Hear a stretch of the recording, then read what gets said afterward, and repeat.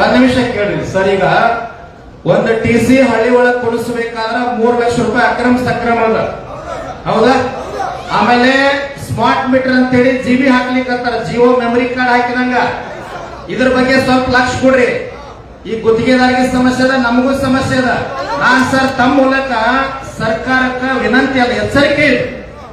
ಕರ್ನಾಟಕ ರಾಜ್ಯ ರೈತ ಸಂಘ, ಹಸಿರು ಸೇನೆ, ಚುನಪ್ಪ ಪೂಜಾರಿ ಅವ್ರ ನೇತೃತ್ವದೊಳಗ, ಗುತ್ತಿಗೆದಾರ ಅಧ್ಯಕ್ಷರಾಗಿರ್ತಕ್ಕಂಥ ರಮೇಶ್ ಸರ್ ನೇತೃತ್ವದೊಳಗ 27ಕ್ಕೆ ಮೀಟಿಂಗ್ ಆದ. ಖಾಸಗೀಕರಣ ಹಿಂಪಡೆದೇ ಇದ್ದರೆ 29ನೇ ತಾರೀಕು ಇಡೀ ರಾಜ್ಯ ಹೆದ್ದಾರಿಗಳನ್ನ ಬಂದ್ ಮಾಡಿ ರಾಜ್ಯ ಬಂದ್ ಮಾಡಿ.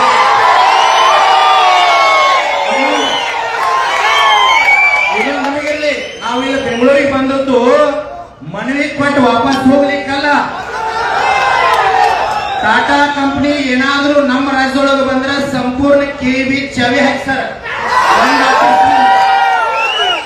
ಯಾಕಂದ್ರೆ ಖಾಸಗೀಕರಣ DK ಶಿವಕುಮಾರ್ ಅವ್ರು ಯಾರೋ ಸಭೆಯೊಳಗೆ ಹಿಂದೆ ಮಾತಾಡುವಾಗ ಖಾಸಗೀಕರಣ ಸಂಪೂರ್ಣ ವಿರೋಧ ಮಾಡ್ತದೆ ಅಂತ ಹೇಳಿ ಮಾತಿನ ಮ್ಯಾಗ ಅವ್ರು ನಿಲ್ಲಬೇಕು, ನಮ್ಮ ಮಾತಿನ ಮ್ಯಾಗ ನಾವು ನಿಲ್ತೀವಿ,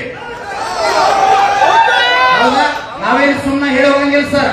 ನೀವೊಂದ್ ತಾಲೂಕಿನ ಗುತ್ತಿಗೆದಾರರು 100 ಜನ ಅದಿರಿಲ್ಲ, ನಮ್ಮ ರೈತ ಸಂಘ ಒಂದ್ ತಾಲೂಕಿಗೆ 10,000 ಮಂದಿ ಅದಾರ. ಸಂಪೂರ್ಣ ರಾಜ್ಯ ಬಂದ್ ಆಗ್ತದ, ರಾಜ್ಯ ಹೆದ್ದಾರಿ ಬಂದ್ ಆಗ್ತದ. ಟಾಟಾ ಕಂಪನಿ ಅಲ್ಲ, ಯಾವ ಕಂಪನಿನೂ ಸಂಬಂಧ ಇಲ್ಲ. ನಮ್ಮ ರಾಜ್ಯದೊಳಗ ಗುತ್ತಿಗೆದಾರರು ರೈತ ಸಂಘ ಜೀವಂತ ಇರೋ ಮಠ ಯಾರು ಬಂದ್ರು ಖಾಸಗೀಕರಣ ಇದನ್ನೊಂದು ವಿಷಯ ಸರ್ಕಾರ ಗಮನಕ್ಕೆ ಸೂಕ್ಷ್ಮವಾಗಿ ತಿಳಿಸ್ಬೇಕಂತೇಳಿ ರೈತ ಸಂಘದ ಪರವಾಗಿ ಗುತ್ತಿಗೆದಾರ ಪರವಾಗಿ ತಮ್ಗೆ ವಿನಂತಿ ಮಾಡ್ಕೊಳ್ತೀನಿ.